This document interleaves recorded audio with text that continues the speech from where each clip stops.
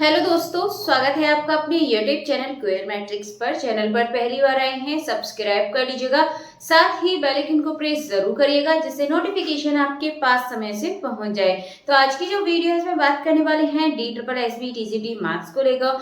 DSSB TGT maths के result में कितने दिन बाकी हैं, कट ऑफ इसके क्या है, यानी कि सेफ स्कोर क्या रह सकता है, क्या बाकी जैसे आपका KBS EMRS इनकी TGT मैथ की जो कट ऑफ है वो हाई गई है, तो क्या यहाँ पर भी DSSB में भी आपको यही देखने के लिए मिलने वाला है। एंड साथ ही बात करने वाले हैं DSSB TGT मैथ्स का जो एग्जाम है वो कब होगा, एज रिलैक्सेशन मिलेगा या नहीं मिलेगा, इसके बारे में भी बात करेंगे। एंड इसकी जो तैयारी है बहुत जल्द मैं फिर से शुरू कराने वाली हूँ। बीच में यहाँ पर गैप हो गया था आपके KBS EMRS के चक्कर में, तो अभी आपका एग्जाम हो जाएगा और DSSB का भी आपका स्टार्ट हो जाएगा। बाकी यदि आप KBS EMRS की तैयारी कर रहे हैं TGT मैथ्स के लिए, नोट्स इसके लिए प्रोवाइड किए गए हैं, आपको डिस्क्रिप्शन में लिंक मिल जाएगी, इसको आप क्लिक करिएगा।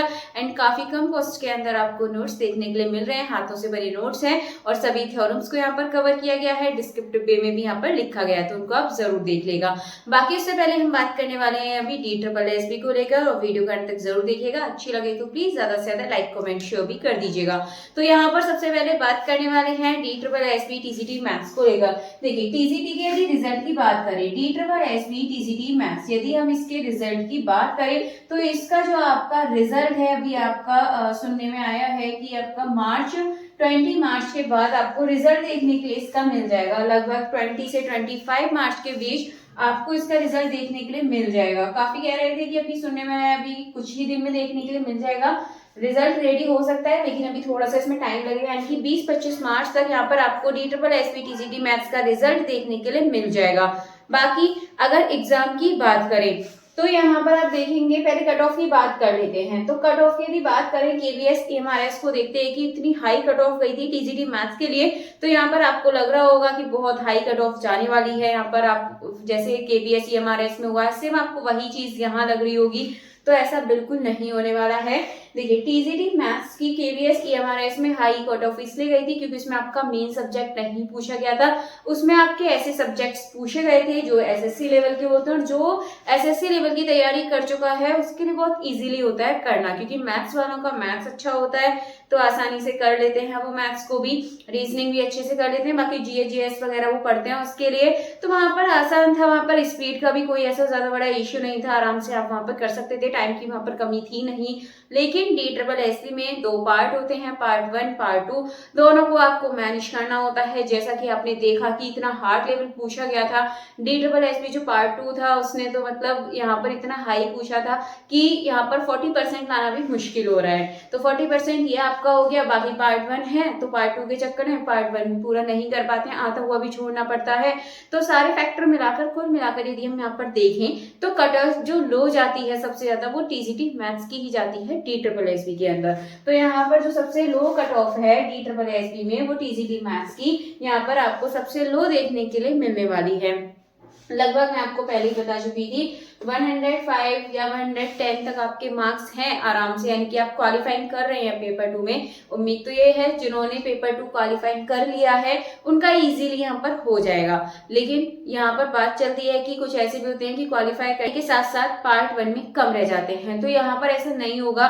पार्ट 2 में लगभग आपके यहाँ पर अगर 40% हैं तो आपके पार्ट 1 में लगभग 65 to 70 होने चाहिए मार्क्स, ठीक है।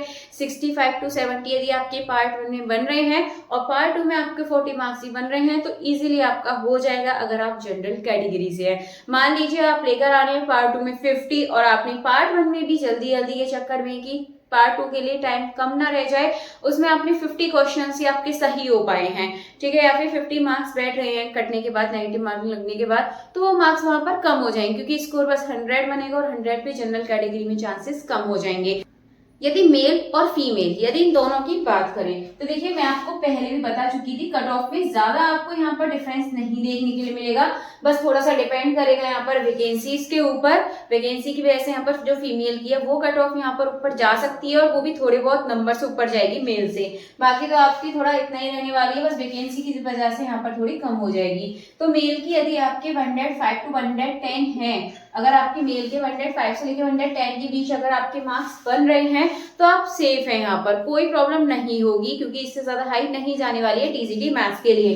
फीमेल की भी यदि बात करें तो फीमेल की भी लगभग अगर आपके 110 तक मार्क्स बैठ रहे हैं, 110 to 12, 112 तक, तो कोई प्रॉब्लम नहीं आएगी, लगभग इतनी ही जाएगी। क्योंकि लास्ट टाइम ऐसा हुआ था 2021 में आपका पेपर का लेवल सही था, हार्ड नहीं कह सकते, लेकिन उस टाइम पर यह था कि आपको सिलेबस पता नहीं था। और यहाँ पर आप देखेंगे आपको सिलेबस पता था, लेकिन यहाँ पर पैटर्न चेंज कर दिया था, यानी कि कैलकुलेटिव देखने के लिए मिला था। तो सारे फैक्टर को मिलाकर लगभग आपकी जो कट ऑफ है वो इतने तक ही जाएगी। बाकी तो ये है कि आपकी जो कट ऑफ है वो इतनी ही जाएगी, और उससे ऊपर का कुछ पता नहीं है कि कितने हाई जाए।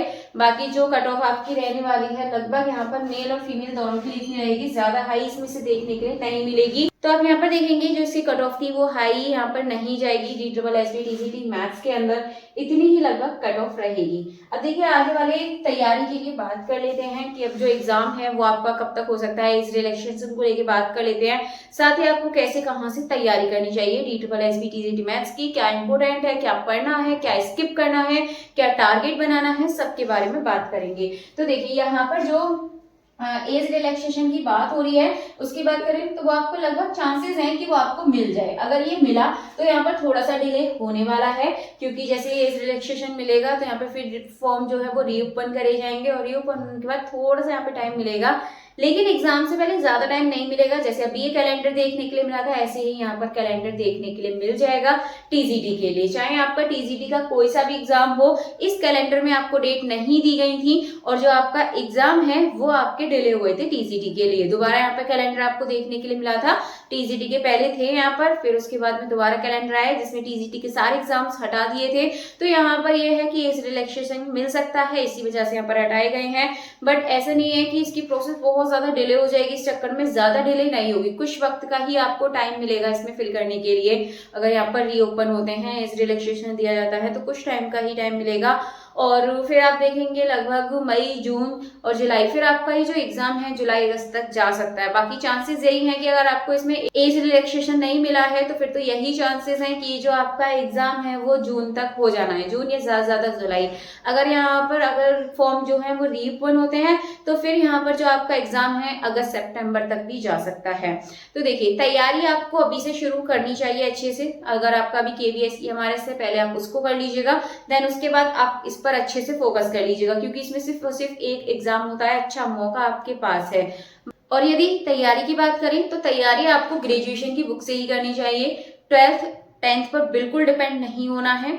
थ्योरम बेस्ड के साथ साथ आपको मतलब जैसे थ्योरम बेस्ड हो गया, रिजल्ट बेस्ड हो गया, इसके साथ साथ आपको कैलकुलेटिव पर भी पूरा फोकस करना है, क्योंकि यहाँ पर जो पैटर्न है DSSB का किसी को नहीं पता कि अब कैसा पैटर्न आपसे पूछ लिया जाए। लेकिन अभी आपके जल्दी में ही एग्जाम हुए थे, जब जल्दी में ही आपका एग्जाम होता है, ज्यादा गैप नहीं होता आपके दूसरे एग्जाम में, तो लगभग आपको पैटर्न ज्यादा चेंज देखने के लिए नहीं मिलता है, लगभग वैसा ही आपको पैटर्न देखने के लिए लगता है, यहाँ पे मिलता है। तो यहाँ पर आपको ये है कि अभी जो आपसे पूछा गया था उसी पैटर्न पर आप तैयारी करिए, कैलकुलेटिव करिए, ज्यादा से ज्यादा थ्योरी भी आप पढ़िएगा।